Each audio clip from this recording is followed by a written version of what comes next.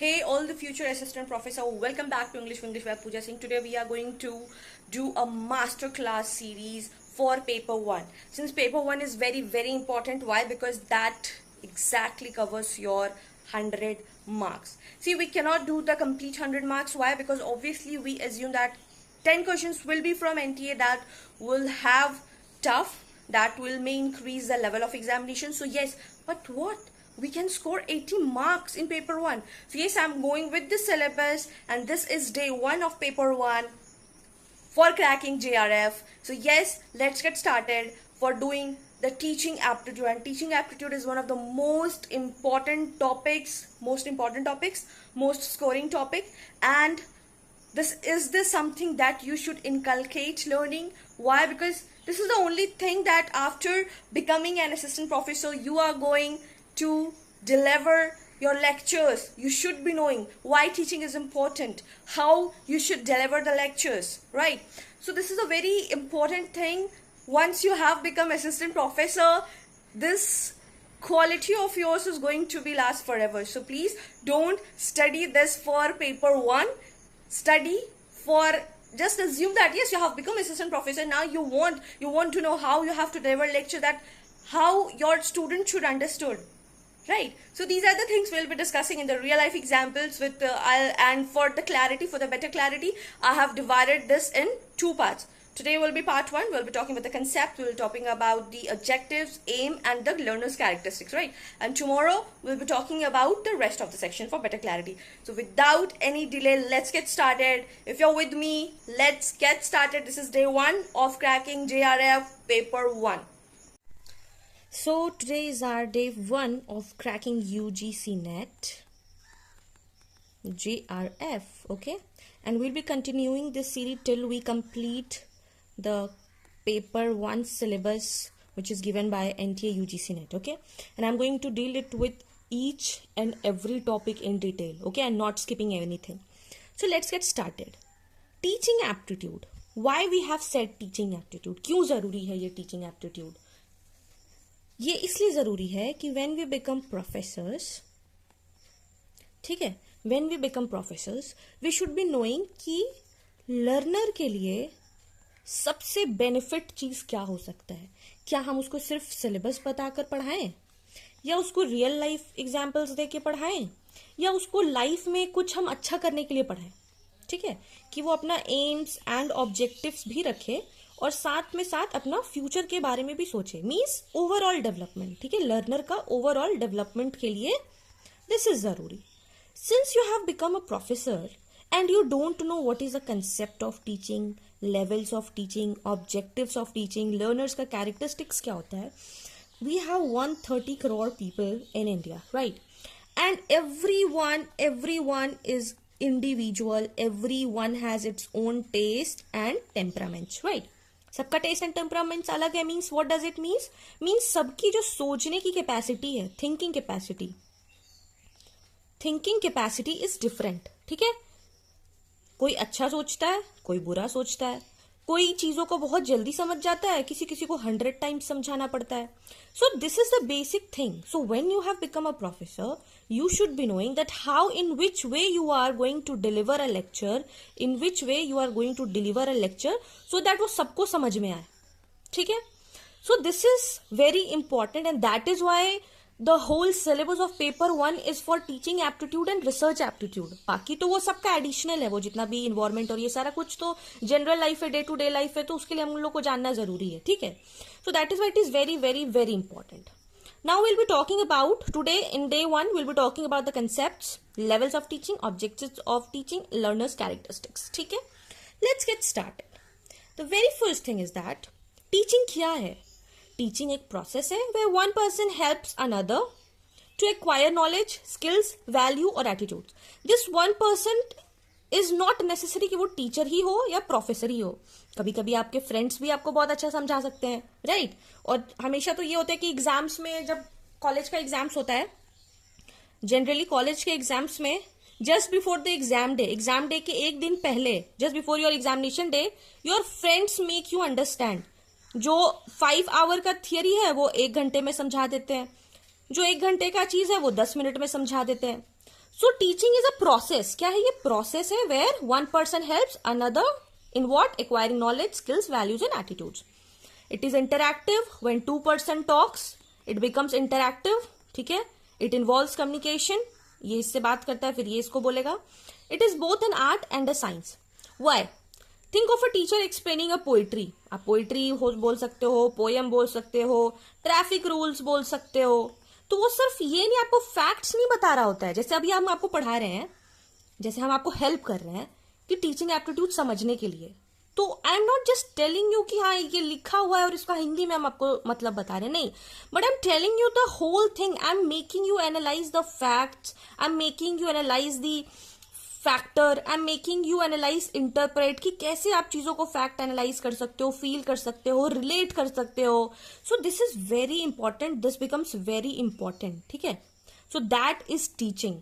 When a person, when a teacher make you feel heard, make you feel interrupt, make you feel analyze, make you feel importance, this is teaching. It's not just कि सिर्फ syllabus complete करवा दिए, it is not teaching. ठीक है? Now let's talk about characteristics. What are the characteristics? सबसे पहले तो planned होना चाहिए and purposeful होना चाहिए. Planned. Let's talk about planned. Planned क्यों होना चाहिए भाई? प्लान्ड इसलिए होना चाहिए कि जैसे हमको अभी आपको पढ़ाना था, तो सबसे पहले I read, I made the important points, so that की when I will teach you it will be crystal clear to you, right? So this is what I called planning. Planning जरूरी होती है and that is why I have told you कि 6 months का journey आपको मेरे साथ देना है and you have to work hard. It is not that कि only I have to work hard, you also have to work hard. जो हम आपको होमवर्क देते हैं, आपको होमवर्क कंप्लीट करना है, आपको सब कुछ पढ़ना है. ठीक है? So this is how we are going to do it. So planned, clear, interactive. We are talking. I am talking. I am giving the lectures. Now you will write in the comment section कि क्या आपको teaching aptitude समझ आया या नहीं आया. क्या एक टीचर का रिस्पॉन्सिबिलिटीज क्या होता है. अगर आप टीचर या प्रोफेसर रहते तो आप बच्चों को कैसे पढ़ाना चाहते. क्या आप उनको पिटाई लगाते या फिर क्या आप उनको अच्छे से समझाते. आप कैसे प्रोफेसर बनना चाहते हैं. Do let me know in the comment section. ये बहुत इंपॉर्टेंट है. This is manifestation and you don't know the power of manifestation.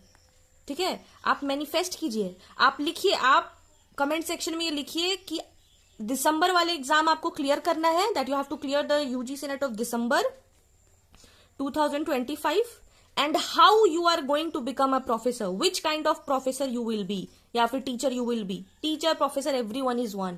The one who is giving you knowledge, be it your friend, be it your child, be it a random person, they all are teacher. जो भी आपको life में lesson दे रहे हैं, जो भी आपको life में लेसन दे रहे हैं ना, they all are teacher in your life. ठीक है? So do let me know in the comment section that you are going to qualify December 2025 examination, and once you have become professor, which kind of professor you will be. Strict, friendly, over friendly, जो मजाक मजाक सब करते हैं, very strict, या फिर अपने तरफ से क्वालिटी, या फिर सिलेबस कंप्लीट करवाएंगे आप सिर्फ, या फिर आप ओवरऑल डेवलपमेंट चाहेंगे बच्चों से कि उनका लाइफ अच्छा हो, वो सक्सेसफुल हो अपने करियर में और एक अच्छा इंसान बनकर निकले. So this is the whole point of being a good teacher या good professor. ठीक है? So ये आप लिख के दिखाइए and those who are serious they will only write, otherwise सब लोग पास कर देगा. खैर कोई इशू नहीं है. My motive is to teach you.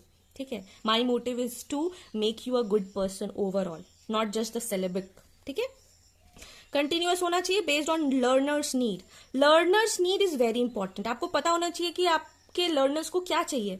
जैसे कि अभी आई नो कि मेरा लर्नर्स को, हमको पता है कि they want to have a basic knowledge and in depth knowledge of paper 1. उसमें भी टीचिंग एप्टीट्यूड उनको जानना है, ना कि सिर्फ वर्ड्स जानना है टीचिंग एप्टीट्यूड में, but they should be knowing the depth. ठीक है? So aims for development of cognitive, affective and psychomotor. एक PYQ आया है, which of the following is a feature of effective teaching. So purposeful और learner centred होना चाहिए. यही है learner centred. Now let's talk about the level of teaching. This is very important और इससे हमेशा क्वेश्चन आया है, most repeated topics of UGC net. तो मेक श्योर कि इसको आप बहुत अच्छे से पढ़ रहे हो. इसके लिए बहुत मेहनत की है हम. कि आपको एक मतलब बहुत प्रिसाइज मैनर में हम आपको समझा सकें, ठीक है। मेमोरी लेवल क्या होता है, रोट लर्निंग, ये की पॉइंट्स है, आपको ये याद रखना है। इसी से आपको एग्जाम में अगर आपका स्टेटमेंट वाइज भी क्वेश्चन आएगा तो भी आप बना लोगे, अगर आपका डायरेक्ट टाइप का भी क्वेश्चन आएगा तो यू विल मेक इट, ठीक है। Focus should be on memorisation without understanding.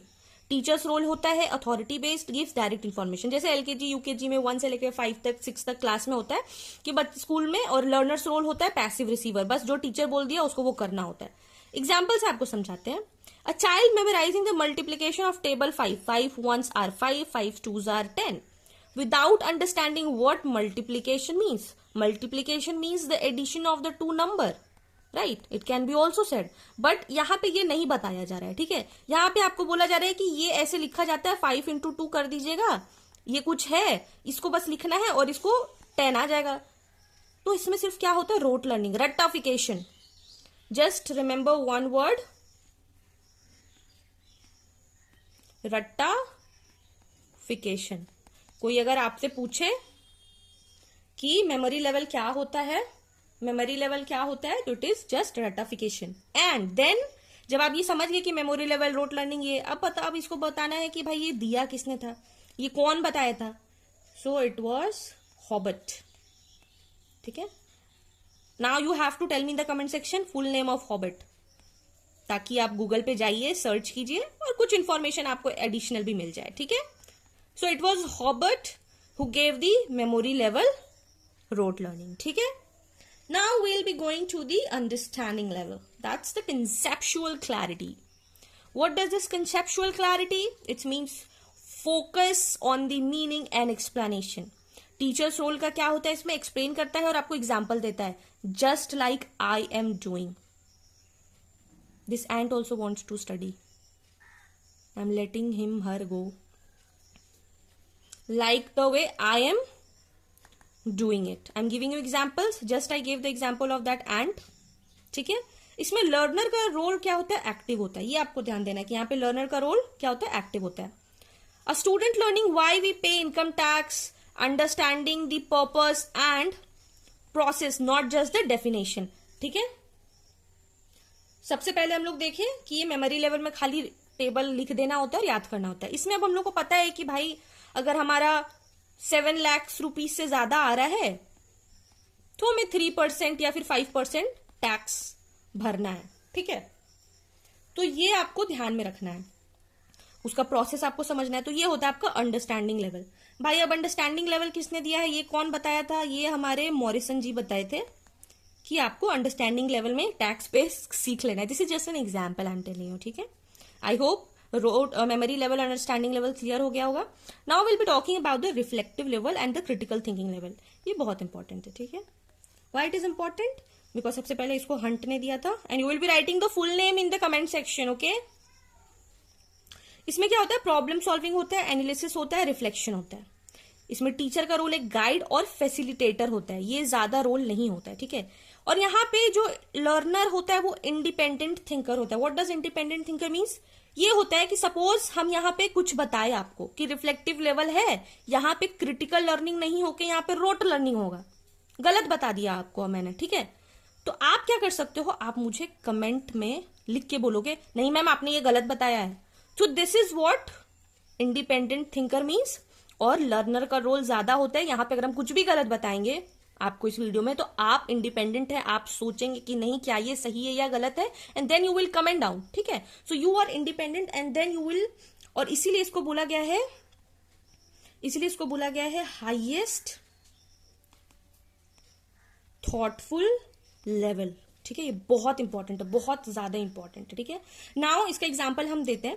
A person analysing different investment option. Suppose जब हमारे पास पैसा ज्यादा हो जाता है और हमें सेविंग करना होता है तो हम लोग सोचते हैं एफडी में इन्वेस्ट किया जाए या फिर म्यूचुअल फंड। म्यूचुअल फंड में तो पैसा ज्यादा है बट इसमें रिस्क बहुत ज्यादा है, कब डूब जाए भगवान जाने। या गोल्ड का तो दाम खाली भैया इंक्रीज हो रहा है, अभी तो लैक्स में हो गया है। तो now we will think we have 3 options, 1 2 3। So हमारा रिफ्लेक्टिव लेवल ज्यादा है, इसीलिए we are thinking of it कि हाँ ये ऐसे हो सकता है, ये ऐसे हो सकता है, ठीक है। तो दिस इज वेरी इंपॉर्टेंट। और फिर इसमें हम एक एग्जांपल और भी ऐड कर सकते हैं, पीएचडी, ठीक है। पीएचडी में आपको अपना थिंकिंग यूज करना होता है, गाइड जो है सिर्फ आपको गाइड करते हैं कि हाँ आप ये ले लो, आप ये कर लो, but the work you have to do, आपको पता होना चाहिए कि सही है गलत। अगर आपको कोई भी रैंडम टॉपिक मिल गया कि हाँ भाई लो आप कर लो, मूवीज पे कर लो, और आपको मूवीज में इंटरेस्ट नहीं, आप मूवीज नहीं देखते हो, तो क्या होगा, आप वहां पे सोचोगे, आप अपना क्रिटिकल थिंकिंग कीजिएगा। So I hope I made you understand these all levels. और यहाँ पे मैंने एक ये बना दिया है टेबल कि आपको समझने में आसानी होगा। इसका आप स्क्रीनशॉट लेना चाहें तो स्क्रीनशॉट ले लीजिए। इसको छोटा कर देते हैं, जस्ट अ सेकेंड। हाँ, आपको अगर स्क्रीनशॉट लेना है, you can take a screenshot of it so that you will be, समझ में आए आपको, ठीक है। ये बहुत अच्छा है। सो मेमोरी लेवल में क्या होता है, फोकस रोट लर्निंग पे होता है, और टीचर्स का रोल इसमें अथॉरिटी, इसमें टीचर का रोल ज्यादा होता है। लर्नर पैसिव रिसिपिएंट रहता है, और इसमें मेमोराइजिंग, ये तो अभी आपको पता है। अंडरस्टैंडिंग में कंसेप्ट पे होता है, और टीचर का रोल इसमें थोड़ा सा कम हो जाता है, और यहाँ पे लर्नर एक्टिव पार्टिसिपेंट हो जाता है। और रिफ्लेक्टिव लेवल में क्रिटिकल थिंकिंग, प्रॉब्लम सॉल्विंग, और ये सिर्फ फैसिलिटेटर, और यहाँ पर भी इंडिपेंडेंट थिंकर कौन हो जाता है, लर्नर। तो ये आपको एग्जाम्पल्स जो कि ऊपर समझाया मैंने, now you have to learn this very nicely because ये बहुत इंपॉर्टेंट है, और ये हमेशा आया है एग्जाम में, ठीक है। ये आपको बहुत वो करना है, ठीक है। अब है कि कौन ये ऑब्जेक्टिव्स दिया है, तो जस्ट आई टोल्ड यू कि मॉरिसन दिया है, और ये रिफ्लेक्टिव लेवल हाईएस्ट। एक एग्जाम्पल और आसानी से मतलब जितनी, देखिए जितनी आप आसानी से चीजों को समझोगे ना, उतना एग्जाम में जब स्टेटमेंट वाला क्वेश्चन आएगा ना, you will be able to do it very nicely. क्योंकि now the UGC NET has change it pattern from June 2025। बहुत ज्यादा टफ है। टफ इसलिए है क्योंकि लेंदी हो जाती है, इतना इतना लंबा लंबा स्टेटमेंट रहता है सिर्फ एक क्वेश्चन का। उसमें भी आपको 4 से 5 चीजें अलग अलग पूछ रहा है, उसमें भी 4 से 5 चीजें अलग पूछ रहा है। तो आपको क्या करना है, आपको ये करना है कि आप चीजों को समझो, बेसिक चीजों को समझो। बेसिक समझ लिया ना आपने, तो आप हाई लेवल भी समझ पाओगे। और एग्जाम का प्रेशर फील कीजिए घर में। What does that mean, this means PYQ solve कीजिए टाइमर लगाकर, तभी हो पाएगा, ठीक है। रियल लाइफ क्लास, अगर हम पूछे कि एप्पल क्या है, tell me about what is apple, तो ये तो मेमोरी बेस्ड है। एप्पल कैसा होता है, एप्पल एप्पल जैसा होता है, वेरी इजी वन। मेरा एप्पल थोड़ा टेढ़ू मेढ़ू हो गया, कोई बात नहीं।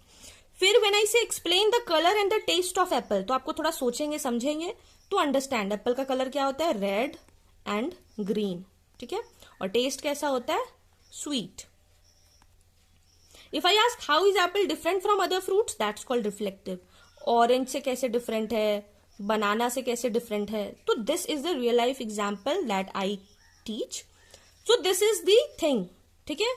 चलो अब हम लोग पीवाईक्यू कर लेते हैं। Let's move to the PYQs. Reflective level teaching क्या होता है, प्रॉब्लम सॉल्विंग। लोएस्ट लेवल क्या होता है, मेमोरी लेवल। क्योंकि लोएस्ट इसलिए क्योंकि इसमें रोट लर्निंग, हम कुछ नया नहीं सीख रहे, खाली चीजों को रट रहे हैं, जो कि यूजीसी भी अभी वही चाहता है कि आप सिर्फ रोट लर्निंग करें। This is very pathetic of this NTA UGC NET. NTA, if you are watching this video of mine, please if you are focusing on rote learning, this is not helping us in any way. We have to become a professor. Analytical thinking का कुछ question दीजिए, rote learning करके कोई फायदा नहीं है, ठीक है। Who proposed 3 levels of teaching? It is Morrison, ठीक है। Now we'll be talking about the Bloom's taxonomy. ये Bloom's taxonomy बहुत इंपॉर्टेंट है, बहुत ज्यादा इंपॉर्टेंट है। आप इसको जितना पढ़ सके आप पढ़ लीजिए, it is very important, okay. बस यहाँ पे एक डायग्राम बना के, so that it will B थोड़ा सा अंडरस्टैंडिंग, ठीक है। सबसे पहले made a triangle, inverted triangle. Now will be saying things कि सबसे पहले जो कॉग्निटिव डोमेन होता है, इसमें आपको रिमेंबर करना बहुत ज़्यादा ज़रूरी होता है, ठीक है। First is remember, second is understanding, जो कि अभी हम लोग पढ़े, ठीक है, understanding. Third is applying, how you are understanding and applying. Fourth is, यहाँ पे ग्रीन से लिखते हैं, analyzing, ठीक है। फिर evaluating, ठीक है। और लास्ट में आता है creating, ठीक है। Now we'll be seeing this कि ये जो है, ठीक है, this is Bloom's taxonomy. Bloom's taxonomy, cognitive domain, cognitive domain, ठीक है।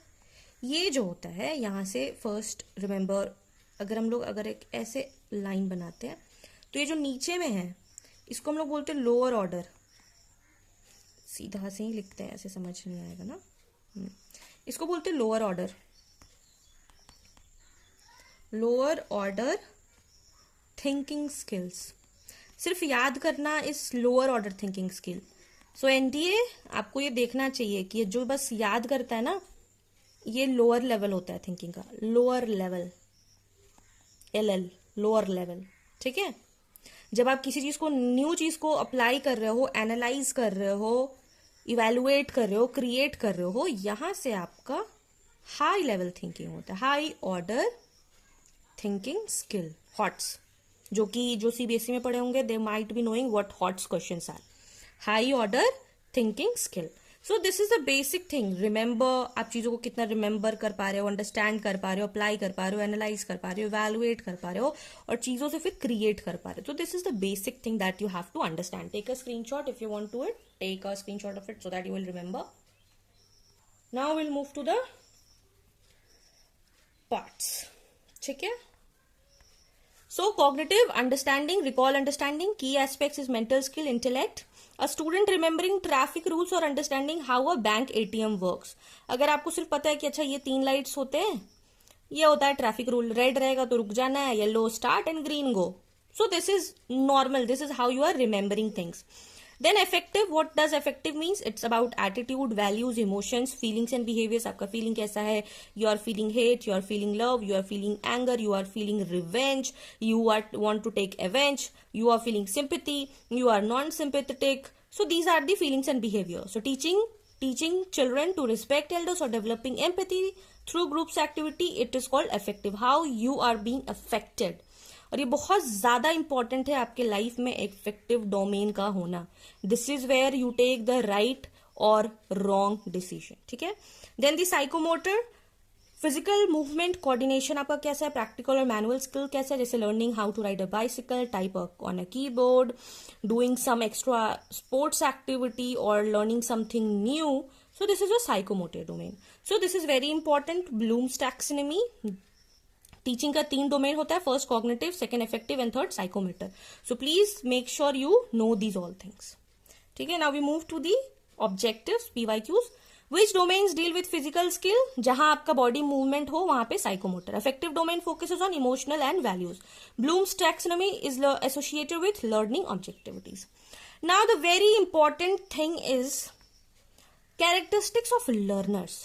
ये बहुत इंपॉर्टेंट है. अगर आपने ये समझ लिया ना, तो whenever you will be becoming a professor, आपको कभी किसी चीज की दिक्कत नहीं होगी. Understanding your learner is a की. बहुत इंपॉर्टेंट है, बहुत important, very important. You should know what your learner want from you. ठीक है. सो 2 कैटेगरी होता है, एक एडोलेसेंट लर्नर्स, एक एडल्ट लर्नर्स.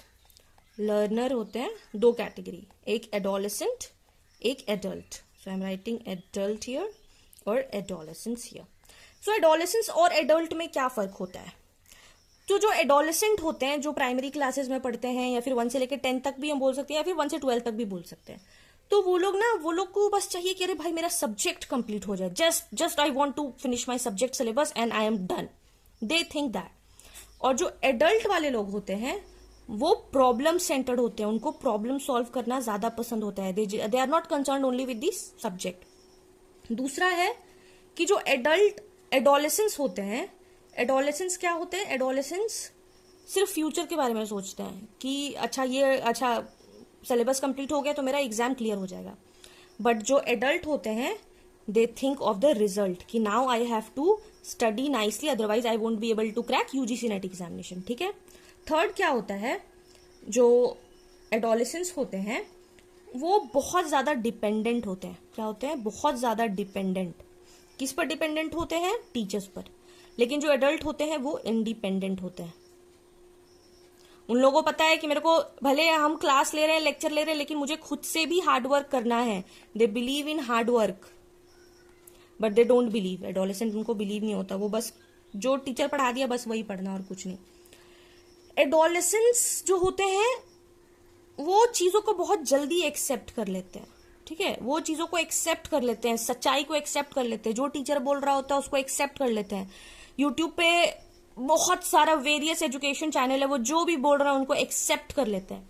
लेकिन जो एडल्ट लर्नर है, जो सीरियस लर्नर है, they are sceptical about everything. इसका मतलब होता है डाउट करना.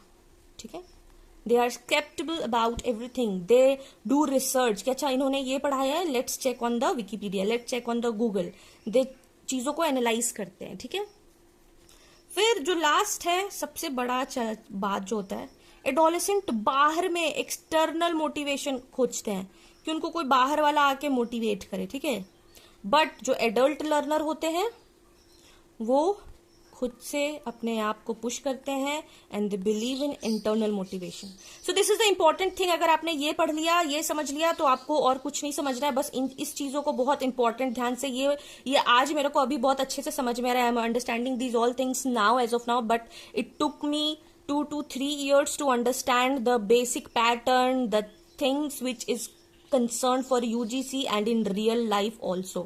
In the real life also. So I would suggest कि please मेरा मेहनत को आप waste मत कीजिए. If you are with me, please make sure you watch this video completely. Don't skip, don't fast. ये नहीं कि 2x पे देख लिए, कुछ नहीं समझ में आने वाला है. आप 10 मिनट ही वीडियो देखो, बट कंप्लीट देखो बस. बाकी आपका है, you are free, you are adult, right? So adolescent need motivation. Emotional, socially influenced हो जाते हैं. कोई भी कुछ बोल दिया, ये यूट्यूब वाला बात, इन्फ्लुएंस्ड होकर डेवलपिंग रीजनिंग स्किल्स. एडल्ट होते हैं सेल्फ डायरेक्टेड होते हैं, वेरी प्रैक्टिकल, रिजल्ट ओरिएंटेड और इंटरनल मोटिवेशन दे वांट. ठीक है, फिर टाइप्स ऑफ डिफरेंसेस क्या हो जाता है, एकेडमिक हो जाता है, सोशल, इमोशनल और कॉग्निटिव. अब कोई हिंदी मीडियम में पढ़ा है, कोई इंग्लिश मीडियम में पढ़ा है, कोई सोशल है, कोई इंट्रोवर्ट है, कोई एक्सट्रोवर्ट है, इमोशनल है, कोई बहुत ज्यादा स्पोकन है, कोई चुप रहना पसंद करता है, कॉग्निटिव हो जाता है फिर से. तो this is the main basic thing. So good teacher adjust method based on learners age, interest and capacity.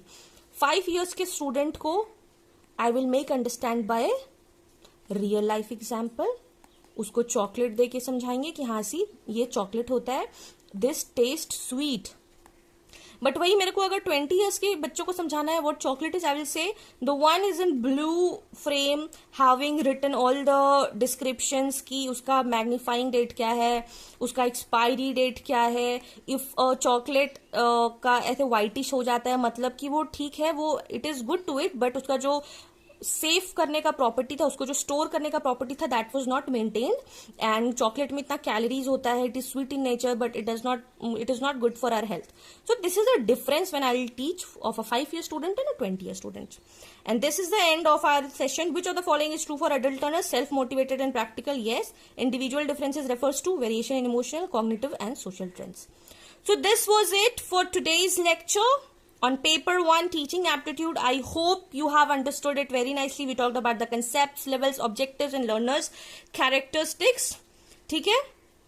Then we have discussed it all. Do let me know in the comment section all the questions I have asked about the professor, when you will become the professor, how you will be, what type of professor you will be, and write manifestation that yes, you are going to crack UGC NET JRF in December 2025 and you will do hard work. You will study everything. So whatever I taught you, go on Wikipedia, see things in detail, check whether I have taught you nicely or not. क्या हम आपको गलत तो कुछ नहीं बता दिए, क्या हम सही बताएं? अगर हम सही बताएं तो आपको इन डेप्थ में और जाना है. So this is your homework, okay?